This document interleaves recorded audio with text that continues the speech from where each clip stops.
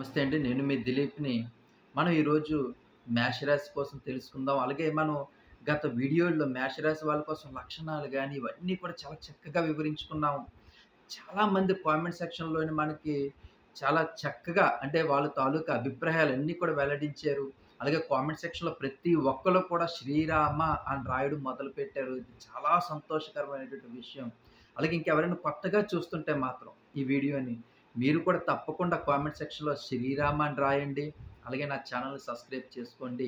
అలాగే ఈ మేషరాశి కిందకొచ్చినటువంటి నక్షత్రాల పరంగా మనం చూసుకున్నట్లయితే మాత్రం అశ్విని ఈ 4 పాదములు, అలాగే భరణి నక్షత్రం 4 పాదాలు, కృత్తిక 1వ పాదం మనకి ఈ మేషరాశి కిందకొస్తుంది.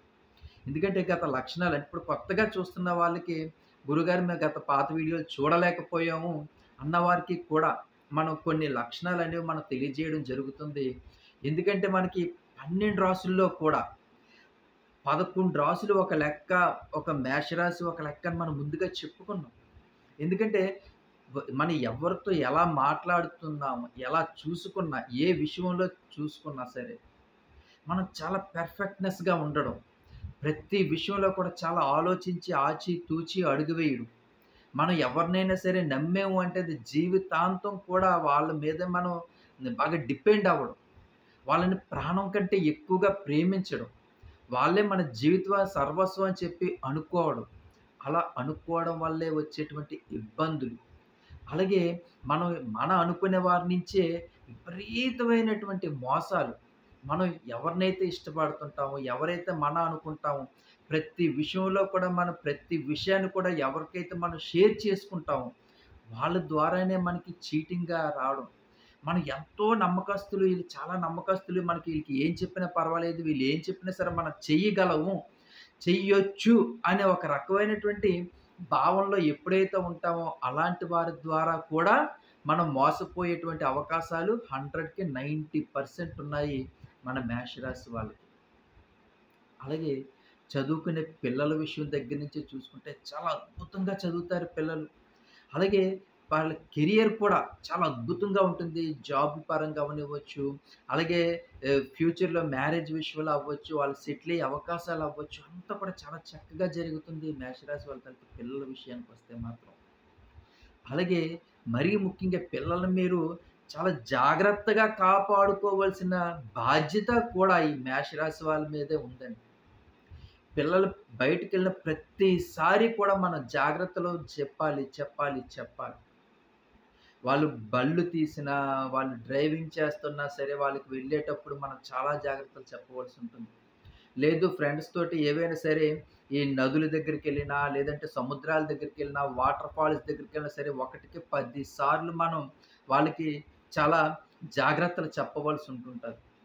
అలాగే అగ్ని దగ్గరికెళ్ళినప్పుడు గాని, లేదంటే బయట వర్షాలు ఎక్కువగా పడుతున్నప్పుడు కానీ, బయటికెళ్ళేటప్పుడు గాని. ఎందుకంటే ఈ పిల్లలకి 21 సంవత్సరాలు వచ్చేదాకా కూడా మనం చాలా జాగ్రత్తగా ప్రతి విషయంలో కూడా కేర్ తీసుకోవాలండి పిల్లలకి.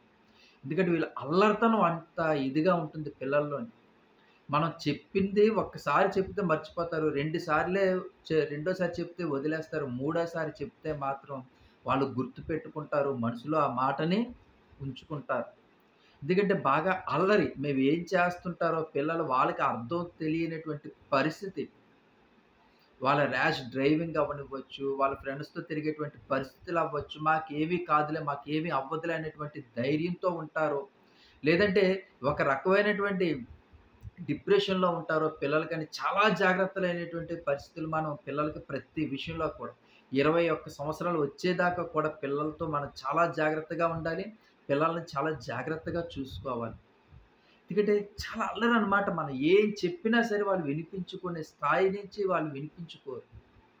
అదొక్క విషయంలో మనం చాలా జాగ్రత్తగా గాని తీసుకున్నట్లయితే, మీరు కొంచెం దగ్గరలో ఉన్నటువంటి సుబ్రహ్మణ్యేశ్వర స్వామి గుడికి ప్రతి మంగళవారం పిల్లల్ని తీసుకొని అభిషేకాలు చేయించుకొని, గుడికెళ్ళే ముందు ఒక స్వీట్ పదార్థం కారబూంది గాని, కాజా గాని, మైసూర్ పాక్ గాని తీసుకెళ్ళి, ఒక 10 మందికి అక్కడ గుడికొచ్చినటువంటి భక్తులకి గాని, లేదంటే బయట కూర్చున్నటువంటి బహుబేదవారికి గాని మీరు పంచిపెట్టి, కొంచెం దక్షిణ కూడా ఇచ్చినట్లయితే మాత్రం పిల్లలకి కొంచెం మంచి బుద్ధులనేవి వచ్చే అవకాశాలున్నాయి. అల్లరనేది తగ్గుతుంది.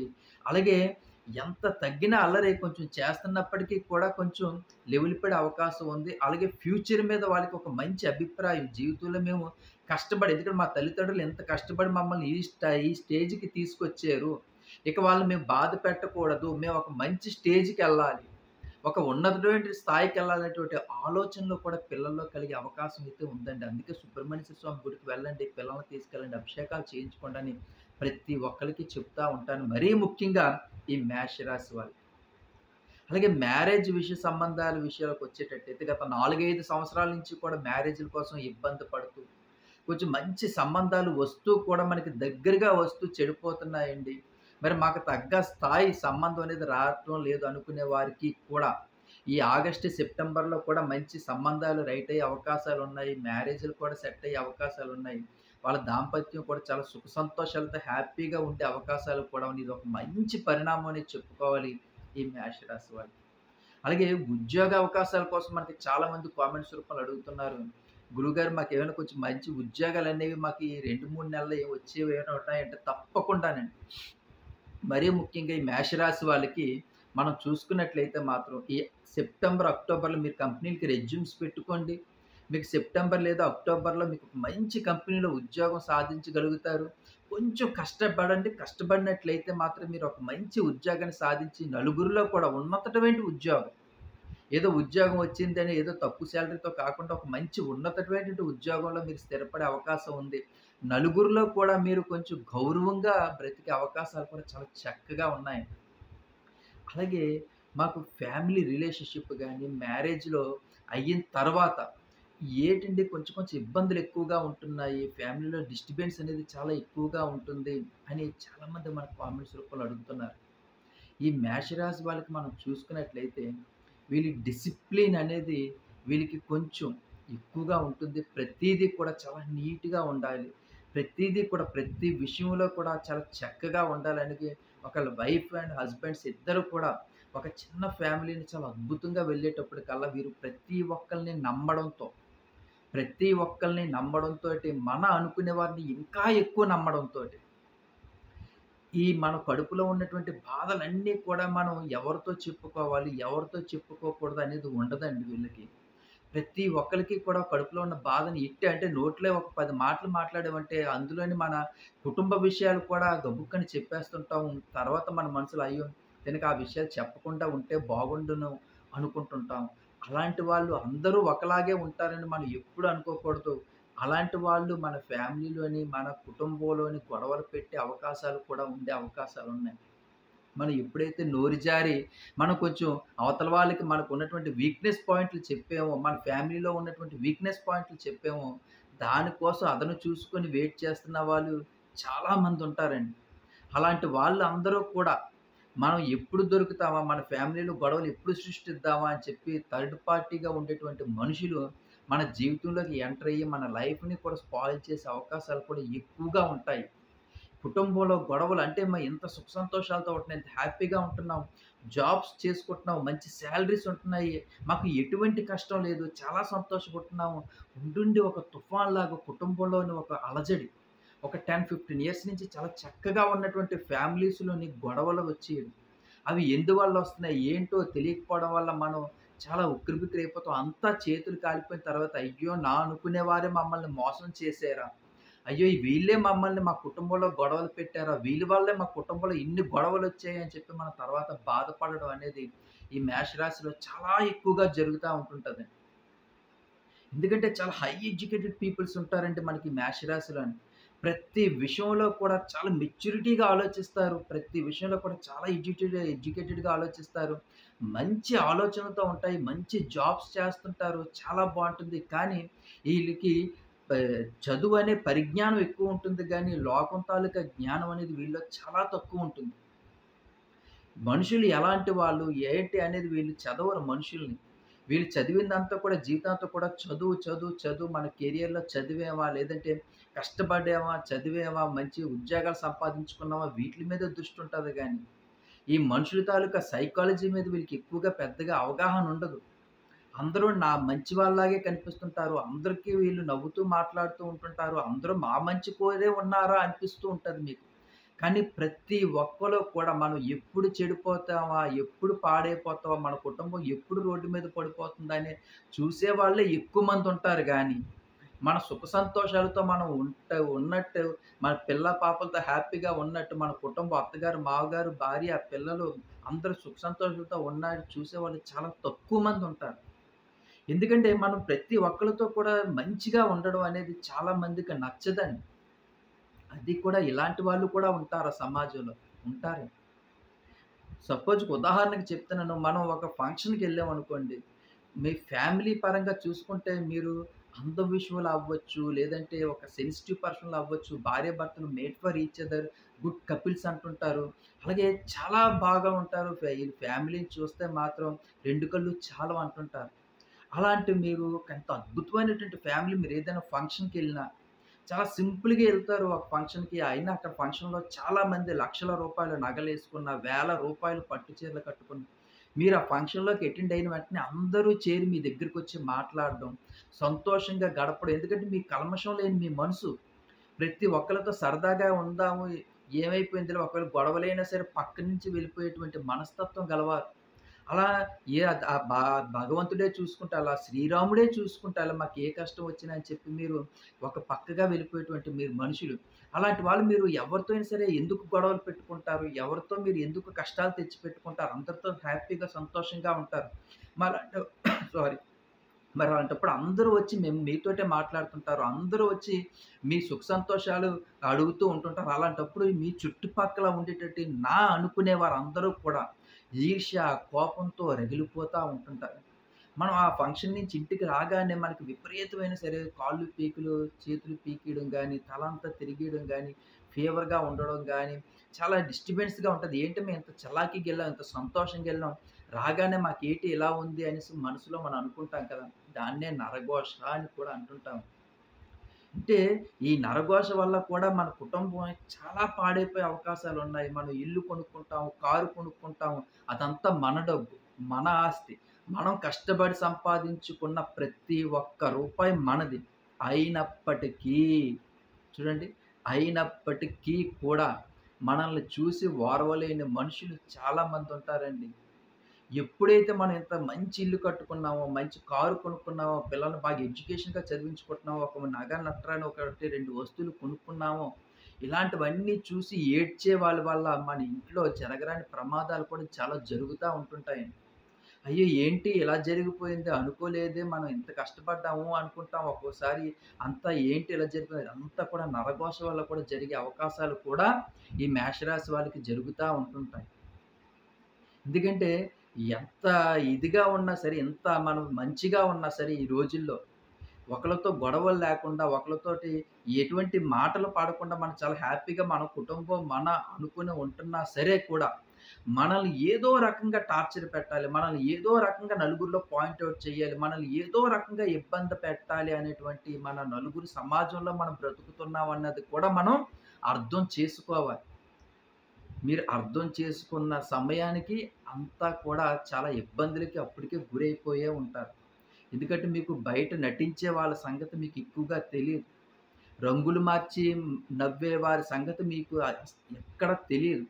ఎందుకంటే మీకున్నటువంటి నాలెడ్జ్ అంతా ఒకటే. అందరూ మాతో సరదాగా నవ్వుతున్నారు. చాలా మంచిగా మాట్లాడుతున్నారు. మేము కూడా అందరితో సరదాగా మంచిగా మాట్లాడుతూ ఉన్నాము. ఇదే తెలిసేది. కానీ వాళ్ళందరూ కూడా మనతో ఉంటూనే కూడా మన కష్టాల్లో ఉంటున్నట్టు నటించి, మనకు సంతోషాల్లో మనతో ఉన్నట్టుగా నటించి, మన జీవితాలతో ఆటలాడుకునే వాళ్ళు కూడా ఉంటారని చెప్పి గ్రహించండి, గ్రహించండి, గ్రహించండి. అందుకనే మేషరాశి వాళ్ళకి మరీ ముఖ్యంగా ఎక్కువగా నేను చెప్పేది శ్రీరామ. ఈ 3 పదాలు మేషరాశి వాళ్ళకి ఎంతో కాపాడుతాయి. అందుకే కామెంట్ సెక్షన్‌లో కూడా మీకు మొట్టమొదటిగా నేను రాయండి, చెప్పండి అని చెప్పేది 3 అక్షరాలు శ్రీరామ. ఎందుకంటే ఈ 3 అక్షరాల వల్ల కూడా ఈ మేషరాశి వాళ్ళకి ఆ రాముడు, ఆ శ్రీరాముడు ఎందుకంటే శ్రీరాముడు కూడా ఎన్నో కష్టాలు, ఎన్నో కష్టాలు, ఎన్నో కష్టాలు పడ్డారు. ఎన్నో కష్టాలు పడినా సరే ఎప్పుడూ కూడా చిరునవ్వుతో ఉండేటువంటి రాముడు. ఈ కష్టాలు నా ప్రజలు గాని ఎవ్వరు కూడా కష్టాలు పడకూడదు. నా ప్రజలు ఎవ్వరు కూడా నన్ను ఆరాధించే వాళ్ళు, నా ప్రజలు ఎవ్వరు కూడా ఇబ్బందులు పడకూడదు అనేటువంటి ఒక గొప్ప మనసున్నటువంటి ఈ రాముడండి. మరి ఇంత మంచి మనం కోరుకుంటున్నాము ఇతరుల కోసం మనకున్నటువంటి లక్షణాల్లో చాలా లక్షణాలు రాముడికున్న లక్షణాలు కూడా మనకి ఎక్కువగా ఉంటుంటాయి. మనకి చిన్నప్పటి నుంచి కూడా మనం గోల్డెన్ స్పూన్‌తో పుట్టి పెరిగినటువంటి మనుషులం కాదు. చిన్నప్పటి నుంచి కూడా మనం కష్టాలను చాలా దగ్గరగా చూసినటువంటి వాళ్ళం. మన కుటుంబ బాధ్యతలను మనం నిర్వర్తించడం కోసం, మన పెద్దలు మన మీద వదిలేసినటువంటి కుటుంబ బాధ్యతలు కూడా మనం బరువు మోసి చెల్లెలికి పెళ్ళిళ్ళు చేసి, అన్నదమ్ముల్ని చూసుకుంటూ, అన్నదమ్ముల పిల్లల్ని చూసుకుంటూ, చెల్లెలి పిల్లల్ని చూసుకుంటూ, ఒక స్టేజ్‌కి వచ్చిన తర్వాత మనం జీవితంలోని ఎవరినైతే బాగా ఇష్టపడతామో, మనం ఎవరినైతే కోరుకుంటామో వాళ్ళని కూడా వదులుకోవలసినటువంటి సమయం వస్తుంది. అది దేనివల్ల అంటే, ఒక్క మన కుటుంబ బరువు బాధ్యతల వల్ల. నేను ఈరోజు ప్రేమించి పెళ్లి చేసుకొని వెళ్ళిపోతే నా కుటుంబాన్ని ఎవరు చూసుకుంటారు? చూసారు ఎంత గొప్పగా ఆలోచిస్తారు. అలా ఆలోచించి తన ప్రేమని కూడా వదులుకొని, తన జీవితంలో ఏదో గమ్యం వైపు నడుస్తూ, అలాగే తన కెరియర్‌లో ఎన్నో ఒడిదుడుకులు ఒక స్టేజ్‌కి ఈరోజు మీరు ఒక స్టేజ్‌లోకున్నారంటే మీరు ఒక్కసారి వెనక్కి తిరిగి చూసుకోండి. మన జీవితం ఏది కూడా పువ్వులతో లేదు. అంతా కూడా ముళ్ళు మీద నడుచుకుంటూ కష్టాలు పడుతూ ఈరోజు మనం ఈ స్టేజ్‌కొచ్చాం. అది ఎంత కష్టపడి పైకొచ్చామనేది మీరు ఒక్కసారి అర్థం చేసుకోండి. అలాంటప్పుడు మనం ఇంత కష్టపడి ఈరోజు ఒక ఉన్నతమైన స్థాయికొచ్చి, ఒక ఫ్యామిలీ రిలేషన్‌షిప్ ఒక నలుగురిలో మనం చాలా చక్కగా ఉన్నామన్నప్పుడు కూడా మన ఫ్యామిలీలో డిస్టర్బెన్స్ రావడం అనేది మన మనసు ఎంత బాధ కలిగిస్తదో ఒకసారి అర్థం చేసుకోండి. అందుకనే నేను చాలా మందికి చెప్తుంటాను, మీకు అవకాశం ఉన్నప్పుడల్లా ఇలాంటి ఫ్యామిలీలో డిస్టర్బెన్స్ ఎక్కువగా వస్తుంది అనుకునేవారు, అలాగే మాకు ఏమి తెలియకుండా ఈ నరఘోష వల్ల కూడా చాలా ప్రాబ్లమ్స్ వస్తున్నాయి గురువుగారు అనుకునేవాళ్ళు కూడా ప్రతి సోమవారం కూడా శివుడి గుడికి వెళ్ళి మీరు ఒక పాలు ప్యాకెట్ తీసుకెళ్ళి అభిషేకాలు చేయించుకోండి. అలాగే వెళ్తున్నప్పుడు ఒక తమలపాకులో ఖర్జూరం ప్రసాదం కింద పెట్టండి శివునికి. ఎందుకంటే శివుడు భోళాశంకరుడండి. మనకున్నటువంటి కష్టాల్లోంచి బయటపడగలిగేటువంటి ఏకైక మార్గం మనకి ఇలాంటి కష్టాలు అంటే ఫ్యామిలీ రిలేషన్‌షిప్‌లో గొడవలు గాని, లేదంటే పిల్లల విషయంలో అల్లరి ఎక్కువగా చేస్తున్నారు, వాళ్ళు మన మాట వింటలేదనేటువంటి విషయంలో కూడా ఇది ఉపయోగపడుతుంది. అలాగే ఈ శివునికి మీరు అభిషేకం చేయించుకొని ఖర్జూరం ప్రసాదం కింద పెట్టి, మీ మనసులో ఉన్న బాధలన్నీ కూడా శివయ్య ఎదురుగా కూర్చొని మీ మనసులో బాధంతా ఒక 5, 10 నిమిషాలు కూర్చొని చెప్పుకోండి. చెప్పుకున్నట్లయితే అతను భోళాశంకరుడు మీకున్నటువంటి కష్టాల్లోంచి మిమ్మల్ని బయటపడగలిగేటువంటి అద్భుతమైనటువంటి మార్గాలు మీకు ఇవ్వడానికి చాలా అవకాశం ఎక్కువగా ఉంటుంది. అలాగే మనం ఈ కష్టాల నుంచి బయటపడగలిగేటువంటి మార్గాలు కూడా భగవంతుడు మీకు ఇచ్చే అవకాశం కూడా ఉంది. తప్పకుండా ప్రతి ఒక్కళ్ళు కూడా అవకాశం ఉన్నంత వరకు కూడా శివయ్యని ఆరాధించండి. అలాగే ప్రతి సోమవారం కూడా శివుడి గుడికెళ్ళి అభిషేకాలు చేసుకోండి. గురువుగారు మరి మాకు గుడికి వెళ్ళడానికి అవకాశం ఉండదు. సోమవారం పూట మాకు జాబ్ పరంగా అవ్వనివ్వచ్చు, లేదంటే పిల్లలకి క్యారేజీలు పెట్టడం, భర్తకి ఆఫీసులకి పంపించడం, లేదంటే ఇటు భర్తకి షాపులకి వెళ్ళడం ఇలా రకరకాలైనటువంటి పరిస్థితుల్లో మాకు సోమవారం పూట అవ్వదు అనుకున్నట్లయితే మీరు ఇంట్లోనే మీరు ఆ శివుడికి పూజ చేసుకున్నా సరే ప్రతి సోమవారం పువ్వులు, పళ్ళు మీకు నచ్చిన ప్రసాదం చేసి పెట్టి ఆ శివయ్యని మీరు సోమవారం పూట ఆరాధించినా కూడా మీకు ఎన్నో లాభాలు కలిగే అవకాశాలున్నాయి. ఒక్క 4 వారాలు గాని, 6 వారాలు గాని చేసి చూడండి. దాని తాలూకా రిజల్ట్ అనేది మీరు ఇట్టే చెప్పగలుగుతారు. అలాగే మాకు ఈ కష్టాలు ఎప్పుడు దాకా ఉంటాయి? కష్టాలన్నీ తీరే అవకాశం ఉండదని కూడా చాలామంది అంటున్నారు. మీకు తప్పకుండా ఈ ఆగస్టు, సెప్టెంబర్ నుంచి కూడా మీకు కొన్ని మంచి రోజులు రాబోతున్నాయి. మీరు బయటపడగలిగే అవకాశాలు మనం ఏదైతే అనుకుంటున్నాం ఎందుకంటే మేషరాశి వాళ్ళకి పలానా పాయింట్ అని, పలానా ఇబ్బందని, పలానా కష్టం అని పర్టిక్యులర్‌గా చెప్పలేము. వీటిలన్నిటి నుంచి కూడా మీరు బయటపడగల ముఖ్యంగా ఆర్థిక పరిస్థితి. ఎందుకంటే మనకి ఈ 2024లో చూసుకున్నట్లయితే ఈ ఆర్థిక పరిస్థితి అనేది చాలా ఇబ్బందికరంగా ఉందండి. మనం బిజినెస్‌ల పరంగా చేసినా, ఏ పరంగా చూసుకున్నా సరే గ్రోత్‌నెస్ అనేది బిజినెస్ లేకపోవడం గానీ, ఒకవేళ జాబ్స్ చేసుకుంటున్నా సరే, రూ. 1,00,000 జీతం తెచ్చుకుంటున్నా సరే, దానికి రకమైనటువంటి అనేక సమస్యలతోటి మనం ఇబ్బందులు పడడం గానీ, ఇలా క్యాష్ రొటేషన్‌గా చూసుకున్నట్లయితే మాత్రం 2024లో కొంచెం ఇబ్బందికర పరిస్థితులు మొదలైనప్పటికీ కూడా జనవరి నుంచి మనకి సెప్టెంబర్ నుంచి కూడా కొంచెం బిగ్ రిలీఫ్ అనేది మనకి మేషరాశి వాళ్ళకి కనిపిస్తుంది. ఎందుకంటే ఆర్థికంగా పుంజుకోగలుగుతారు. ఆర్థిక కష్టాల్లో నుంచి బయటపడగలిగేటువంటి మార్గాలు కూడా మీరు అన్వేషించగలుగుతారు. అలాగే మీరు ఆ భగవంతుడు, ఆ శ్రీరాముడి దయ వల్ల మీరు కొంచెం కష్టాల్లోంచి బయటపడగలిగే అవకాశాలు కూడా ఉన్నాయి. చాలా ఇబ్బందులు, చాలా ఇబ్బందులు పడుతున్నారు ఆర్థిక కష్టాల్లో. వాటి నుంచి కూడా మీరు బయటపడగలిగే అవకాశాలైతే తప్పకుండా ఉన్నాయండి. సెప్టెంబర్ నుంచి కూడా మీకు చాలా మంచి రోజులు రాబోతున్నాయి. అలాగే ఇంకా మరిన్ని మంచి మంచి వీడియోలు మనం చేసుకుందాం. ఇంకా చాలా చక్కగా వివరించుకుందాం. టైం లేకపోవడం వల్ల ఇంకా ఎందుకంటే ఇంకో 10, 15 నిమిషాలు చేయడం వల్ల కొంచెం వీడియో లాగ్ అవుతుందని చెప్పేసి మనకి అనుకుంటున్నాం కాబట్టి, ఇంకొంచెం ఇంకొక వీడియో మనం చేసుకుందాం. చాలా ఇంకా చక్కగా మంచి మంచి రెమెడీస్ చేసుకుందాం. పూజల కోసం చెప్పుకుందాం. మీ భవిష్యత్తు ఎప్పుడు కూడా చక్కగా నిండు నూరేళ్ళు సుఖ సంతోషాలతో ఉండేటటువంటి అనేక మార్గాలు ఏ ఏ మార్గాలున్నాయి. అన్ని మార్గాల కోసం కూడా నేను చాలా చక్కగా విశ్లేషిస్తాను. చక్కగా చెప్తాను కాబట్టి నా ఛానల్ ఇంకా ఎవరైనా సబ్స్క్రైబ్ చేసుకోకపోతే ప్లీజ్ సబ్స్క్రైబ్ చేసుకోండి. కామెంట్ సెక్షన్‌లో శ్రీరామ అని రాయడం మర్చిపోకండి. అలాగే లైక్ చేయడం అస్సలు మర్చిపోకండి. ఉంటానండి మరి. మీ దిలీప్.